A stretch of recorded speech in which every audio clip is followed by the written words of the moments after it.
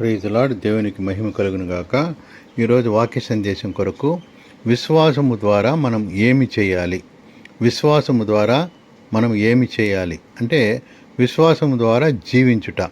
గలతీ పత్రిక 2వ అధ్యాయము 20వ వచనంలో, నేను క్రీస్తుతో కూడా సిలువ వేయబడి ఉన్నాను, ఇకను జీవించువాడను నేను కాను, క్రీస్తే నా యందు జీవించుచున్నాడు. నేనిప్పుడు శరీరమందు జీవించుచున్న జీవితము నన్ను ప్రేమించి నా కొరకు తన్ను తాను అప్పగించుకొనిన దేవుని కుమారుని యందలి విశ్వాసం వలన జీవించుచున్నాను. గలతీ పత్రిక 3:12లో నీతిమంతుడు విశ్వాసం మూలముగా జీవించును అనే మాట ఉంటుంది. హబక్కూకు 2:14లో కూడా ఇదే మాట ఉంటుంది. ఈ లేఖనాన్ని తీసుకొని పౌలు ఇక్కడ ఏమంటున్నాడంటే, ఇప్పుడు నేను జీవించే జీవితము నా కొరకై మరణించి తిరిగి లేచిన దేవుని కుమారుడైన యేసుక్రీస్తునందలి విశ్వాసం వలన జీవించుచున్నాను అంటున్నాడు. అంటే ఈ లోకంలో మనం జీవించాలంటే ఏదో ఒక పని చేయాలి, ఏదో ఒక పని ద్వారానే మనం బతుకుతాం. అయితే వీటన్నిటికీ మూలము ఆధారము ఎవరు అంటే దేవుడే. మనకు ఉద్యోగం ఉన్నా, ఆస్తి ఉన్నా, అంతస్తు ఉన్నా, ఆరోగ్యం ఉన్నా, ఈ లోకంలో ఎన్ని వనరులు, ఎన్ని వరాలున్నా వీటన్నిటిని అనుగ్రహించేవాడు దేవుడే.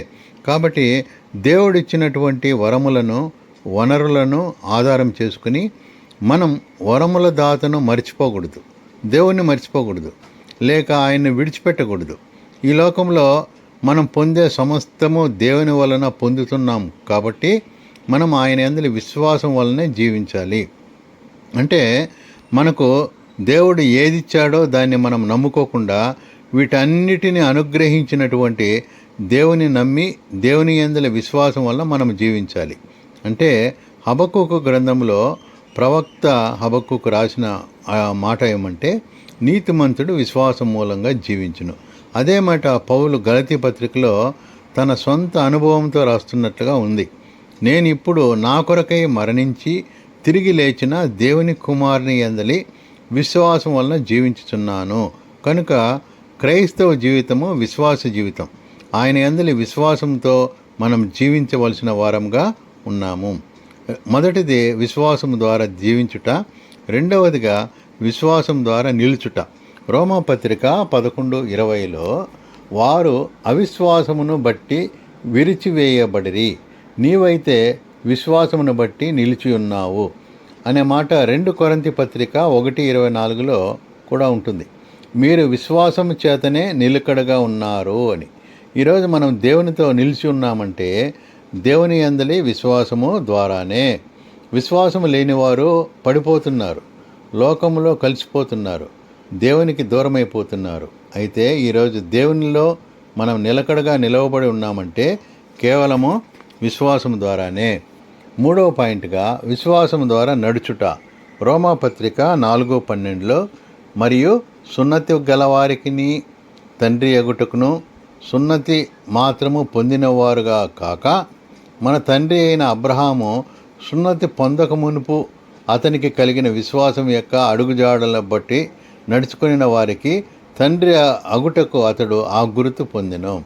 అబ్రాహాము దేవుని యందలి విశ్వాసం ద్వారా నడుచుకున్నాడు. అబ్రాహాము పొందిన విశ్వాసము కలిగినటువంటి వారు కూడా అబ్రాహాము యొక్క విశ్వాసంలోని అడుగుజాడల్లోనే విశ్వాసం ద్వారా నడుచుకుంటున్నారు. అంటే 2 కొరింథీ 5:6లో, వెలిచూపు వలన కాక విశ్వాసం వలన నడుచుకొనుచున్నాను. పౌలు ఏమంటున్నాడంటే, వెలిచూపు వలన కాక దేవుని యందలి విశ్వాసం వలననే మేము నడుచుకొనుచున్నాము. 5వ అధ్యాయంలో హానోకు గురించి, ఆదికాండం 5లో హానోకు గురించి గమనించినట్లయితే, హానోకు 300 సంవత్సరాలు కుమారులను కుమార్తెలను కనుచు దేవునితో నడిచెను అనే మాట రాయబడింది. హానోకు దేవునితో నడిచినవాడు. నోవాహును గురించి కూడా దేవునితో నడిచినవాడని రాయబడింది. నీవు నా సన్నిధిలో నిందారహితుడుగా నడుచుచు అనే మాటలో అబ్రాహామును గురించి కూడా దేవుడు చెప్పి ఉన్నాడు. కనుక ఇక్కడ మనం విశ్వాసం ద్వారా నడుచుట అనే మాట గమనిస్తున్నాం. ఈ లోకంలో మనం నడుస్తున్నామంటే జీవిస్తున్నామని అర్థం. అంటే ఈ లోకంలో మనం జీవించాలంటే విశ్వాసం ద్వారానే జీవించాలి. హానోకు విశ్వాసం ద్వారా నడిచాడు, అబ్రాహాము విశ్వాసం ద్వారానే దేవునితో నడిచాడు. పౌలు కూడా వెలుచూపును బట్టి గాక విశ్వాసం వలననే నడుచుకుంటున్నాడు. అంటే వెలిచూపు అంటే పైన పరిస్థితులను బట్టి నడుచుకోవడం అని అర్థం. లేదా పైకి కనబడే వాటిని అంచనా వేసి వాటిని బట్టి లేదా వాటిపై ఆధారపడి ఉండడం. అయితే వాటన్నిటిని బట్టి కాకుండా విశ్వాసము వలననే నడుచుకోవాలి. కనుక పౌలు అంటున్నాడు, విశ్వాసం ద్వారా నేను జీవిస్తున్నాను, విశ్వాసం ద్వారా నేను నిలవబడి ఉన్నాను, విశ్వాసం ద్వారానే నేను నడుచుచున్నాను అని పౌలు అంటున్నాడు. 4వ పాయింట్గా విశ్వాసం ద్వారానే మంచి సాక్ష్యాన్ని కలిగి ఉండుట. హెబ్రీ పత్రిక 11వ అధ్యాయము 1-2 వచనాల్లో విశ్వాసం అనున్నది నిరీక్షించబడు వాటి యొక్క నిజస్వరూపమును అదృశ్యమైనవి ఉన్నవనుటకు రుజువునై ఉన్నది. దానిని బట్టియే పెద్దలు సాక్ష్యం పొందిరి. అనగా పాత నిబంధనలోని పితరులందరూ కూడా విశ్వాసం ద్వారానే మంచి సాక్ష్యాన్ని పొందారని మనం గమనిస్తున్నాం. కాబట్టి విశ్వాసం ద్వారానే మంచి సాక్ష్యాన్ని పొందగలము. మంచి సాక్ష్యం కావాలంటే విశ్వాసం ద్వారానే అది సాధ్యం అన్నమాట. 5వ పాయింట్గా విశ్వాసం ద్వారానే లోకాన్ని జయించుట. 1 యోహాను పత్రిక 5వ అధ్యాయము 4-5 వచనాల్లో దేవుని మూలముగా పుట్టిన వారందరూ లోకమును జయించుదురు. లోకమును జయించిన విజయము మన విశ్వాసమే. లోకమును జయించిన విజయము మన విశ్వాసమే. విశ్వాసం ద్వారా లోకాన్ని జయించుదురు. లోకాన్ని జయించాలంటే ఏముండాలి? మనకు విశ్వాసం ఉండాలి. విశ్వాసం ద్వారానే లోకాన్ని జయిస్తాం. దేవుని మూలంగా పుట్టిన వారందరూ లోకాన్ని జయిస్తారు. ఆ లోకమును జయించినటువంటి విజయము మన విశ్వాసమే. కనుక విశ్వాసం ద్వారా మనం లోకములో ఉన్న వాటిని మనం జయించగలుగుతున్నాము. అందుకే 1 యోహాను పత్రిక 4:4లో చిన్నపిల్లలారా మీరు దేవుని సంబంధులు, మీలో ఉన్నవాడు లోకములో ఉన్న వాటి కంటే గొప్పవాడు గనుక మీరు వారిని జయించున్నారు. ఈ లోకాన్ని మనము ఈరోజు ఎలా జయించగలుగుతున్నాము అంటే మనలో ఉన్నవాడు లోకములో ఉన్నవాని కంటే గొప్పవాడు కనుక ఆయన్ని బట్టి మనం ఈ లోకాన్ని జయించగలుగుతున్నాము. విశ్వాసం ద్వారా మనం లోకాన్ని జయించగలుగుతున్నాము.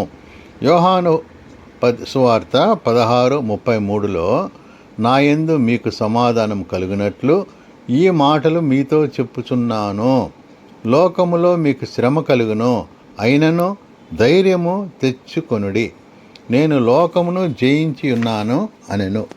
కనుక మనము రోజు లోకాన్ని జయిస్తున్నామంటే మనలో ఉన్నటువంటి ప్రభువును బట్టి మాత్రమే. యేసు ప్రభువు మనకంటే ముందుగా ఆయన లోకాన్ని జయించాడు, పాపాన్ని జయించాడు, సాతాన్ని జయించాడు. కనుక ఆయనలో మనం నిలిచి ఉండుట ద్వారా, ఆయన యందలి విశ్వాసం ద్వారా, ఆయన మనలో ఉండుట ద్వారా మనము లోకములో ఉన్న పాపాన్ని జయించగలుగుతున్నాము. లోకంలో ఉన్నదంతా ఏమి అంటే శరీరాశ, నేత్రాశ, జీవబుడమ్మం. అది మనం గమనిస్తున్నాం. వాటిని జయించాలంటే ప్రభువు మనలో ఉన్నాడు గనుక ఆయన ద్వారా మనం ఈ లోకాన్ని జయించగలం. కాబట్టి విశ్వాసం ద్వారానే మనం లోకాన్ని జయించగలుగుతున్నాం. 6వ పాయింట్గా విశ్వాసం ద్వారానే సాతాన్ని ఎదిరించుట. 1 పేతురు 5:9లో లోకమందున్న మీ సహోదరుల యందు ఈ విధమైన శ్రమలే నెరవేర్చున్నవని ఎరిగి విశ్వాసమందు స్థిరులై వారిని ఎదిరించుడి. కాబట్టి మనము విశ్వాసం ద్వారానే సాతాన్ని కూడా ఎదిరించగలం. సాతాన్ని ఎదిరించుడి, అపవాదిని ఎదిరించుడి, అప్పుడు వాడు నీ యొద్ద నుండి పారిపోవునని యాకోబు పత్రికలో కూడా వ్రాయబడి ఉన్నది. ఇక్కడ పేతురు పత్రికలో కూడా వ్రాయబడి ఉన్నది. కనుక విశ్వాసం ద్వారానే సాతాన్ని మనము ఎదిరించాల. 7వ పాయింట్గా విశ్వాసం ద్వారా సాతాన్ని జయించుట. ఎఫెసీ పత్రిక 6:16లో కూడా ఇవన్నీ కాక విశ్వాసమును డాలు పట్టుకొనుడి, దానితో మీరు దుష్టుని అగ్నిబాణములన్నిటినీ ఆర్పుటకు శక్తివంతులగుదురు అంటాడు. కనుక ఇక్కడ సర్వాంగ కవచం గురించి వ్రాయబడి ఉన్నది. విశ్వాసం అనే డాలు, రక్షణ అనే శిరస్త్రానము, వాక్యం అనే ఆత్మఖడ్గము. కనుక ఇవన్నీ మనం ధరించి అపవాదిని ఎదిరించాలి. అపవాదిని మనము జయించగలం అని గమనిస్తున్నాం. అంటే దుష్టుని అగ్నిబాణాలు ఆర్పాలి అంటే అదిగో విశ్వాసం అనే డాలు పట్టుకొని దాన్ని మనం సాతాన్ని జయించాలి.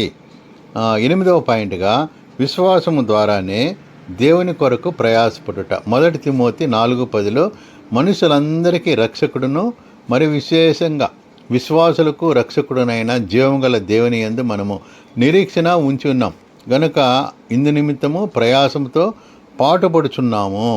మనం ప్రయాసపడుతున్నామంటే విశ్వాసం ద్వారానే. కనుక ఈరోజు దేవుని కొరకే ప్రయాసం మనం పడుతున్నామంటే దేవుని యందలి నమ్మకము, దేవుని యందలి విశ్వాసము, దేవుని యందలి నిరీక్షణ ద్వారానే మనము దేవుని కొరకే ప్రయాసపడుతున్నామని పౌలు అంటున్నాడు. అందరికంటే ఎక్కువగా పౌలు గారు ప్రయాసపడ్డాడు. మన ప్రయాసము మీ ప్రయాసం వ్యర్థం కాదని కూడా అంటున్నాడు. అంటే ఈ లోకంలో ఎవరైనా దేవుని పిల్లలు దేవుని కొరకు ప్రయాసపడుతున్నారంటే అది దేవుని యందలి విశ్వాసము, నిరీక్షణ, మనం ఆయన కొరకై ప్రయాసపడుతున్నాము అనే సత్యాన్ని మనము గ్రహించాలి. 9వ పాయింట్గా విశ్వాసము ద్వారానే భక్తులు మృతి నొందుటకు చూస్తాం. హెబ్రీ పత్రిక 11వ అధ్యాయము 13వ వచనంలో వీరందరూ ఆ వాగ్దానముల ఫలం అనుభవింపకపోయినను దూరము నుండి చూచి వందనము చేసి తాము భూమి మీద పరదేశులమును యాత్రికులమునై ఉన్నామని ఒప్పుకొని విశ్వాసం గలవారే మృతి నొందిరి. కాబట్టి ఈ యొక్క హెబ్రీ పత్రికలో పాత నిబంధన కాలంలో పితరులందరూ కూడా విశ్వాసులందరూ, విశ్వాస వీరులందరూ, భక్తులందరూ కూడా భూమి మీద ఉన్నంతకాలము యాత్రికులుగాను పరదేశకులుగాను ఉన్నామని వారు ఒప్పుకొని విశ్వాసం గలవారే చనిపోయారు. అంటే దీని అర్థము దేవుడు దేనికి శిల్పియు నిర్మాణకుడై ఉన్నాడో అబ్రహాము పునాదులు గల పట్టణం కొరకై ఎదురు చూస్తూ ఉన్నాడు. అంటే ఇక్కడ లోకాన్ని విడిచిన తర్వాత, యాత్రను ముగించిన తర్వాత మేము ఆ పరలోకంలో, పరలోక రాజ్యంలో దేవుని ఇంటికి మనము దేవుని సన్నిధిలో ఉంటామనే ధీమా కలిగి ఉంటున్నాము. కాబట్టి నిరీక్షణ గలవారమై ఆ విశ్వాసం గలవారై వారు మృతి నొందిరి అని మనం గమనిస్తున్నాం. కాబట్టి విశ్వాసం ద్వారా జరిగేటటువంటి కొన్ని పనులు, కొన్ని కార్యాలు మనము గమనించాం. కాబట్టి మనం కూడా ఈ యొక్క విశ్వాసం కలిగిన వారై ఈ యొక్క కార్యాలన్నీ చేయుటకు దేవుడు తన యొక్క శక్తిని మనకు అనుగ్రహించాలని కోరుకుంటూ ఈ మాటలు దేవాదేవుడు మన వినికిడిలో దీవించునుగాక. Amen. Praise the lord. God bless you all.